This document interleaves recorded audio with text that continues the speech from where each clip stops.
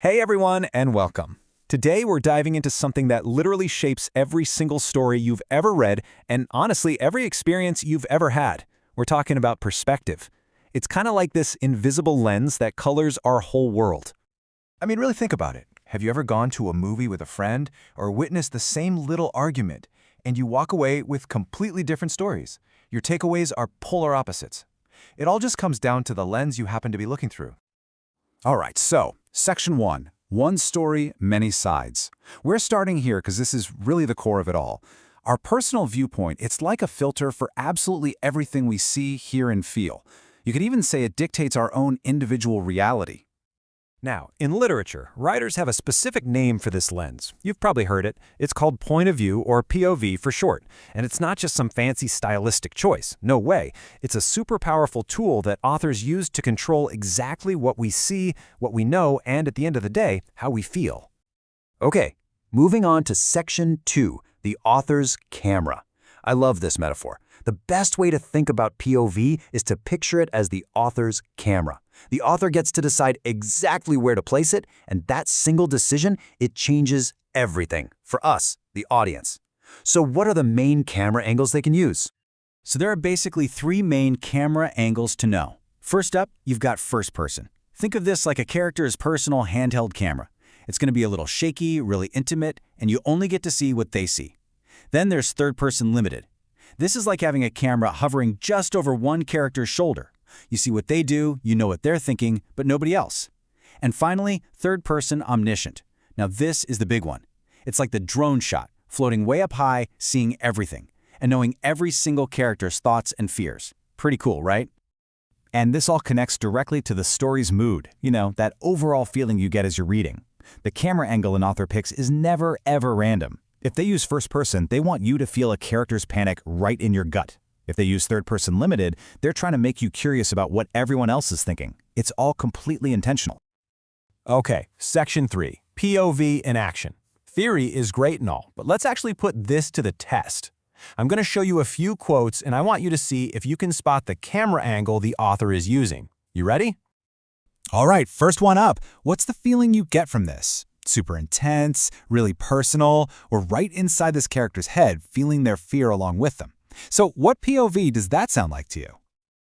And if you said first person, you absolutely nailed it. The huge clue, of course, is the word I. We're living this moment right through the character's eyes. It makes it so personal and emotional. Okay, next one. This one's a little trickier.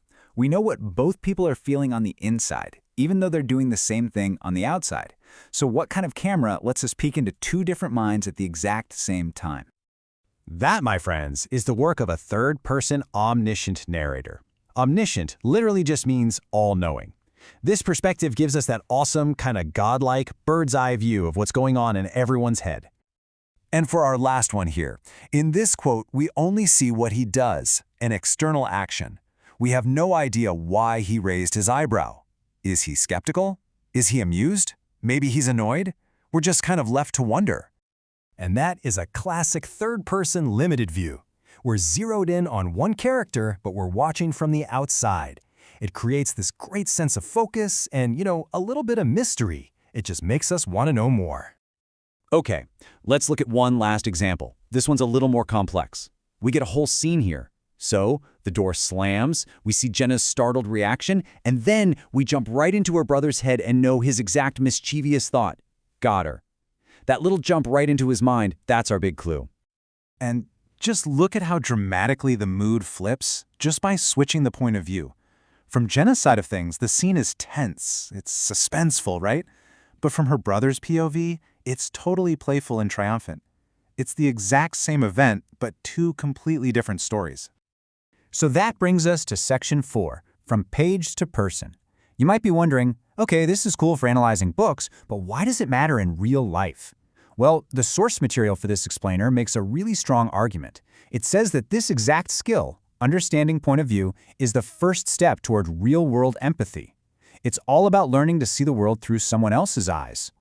And the source uses this quote as a kind of bridge, suggesting that the skill we're practicing when we analyze fictional characters is the exact same one we need to understand the real people all around us. Now, to really drive this point home, the source points to the 4 Gospels. It explains that each one tells the same core story, but from a totally unique perspective. So Matthew's point of view shows Jesus as a king, Mark's focuses on him as a servant, Luke shows him as a man, and John shows him as God. The idea is that together, all these different angles create a much more complete and multifaceted picture than any one account ever could on its own. All right, and that brings us to our final section, Section 5, the source's philosophy. Because this whole lesson in literary analysis, it's not just about literature. According to the source, it's built on a very specific educational and moral philosophy. So let's take a look at what its main principles are. So, the source material here, which is from HeroesMart Academy, puts forward a few core tenets it calls a truth to remember. It states that, in its view, education without morality is incomplete. It also argues that no single viewpoint can ever show the whole story, and that the goal should always be to understand multiple perspectives to get a fuller sense of the truth. Finally, the source concludes by stating its belief that a spiritual mindset, which it describes with a reference to Romans 8:6-7, is what leads to peace of mind. And that really leaves us with one last thing to think about. I want you to pick a story from your own life. It could be a conflict, a misunderstanding you had, or even a really cherished memory. Now, how would that story change? I mean, completely change if you had to tell it, just for a second, from a totally different point of view. That right there is the power of perspective.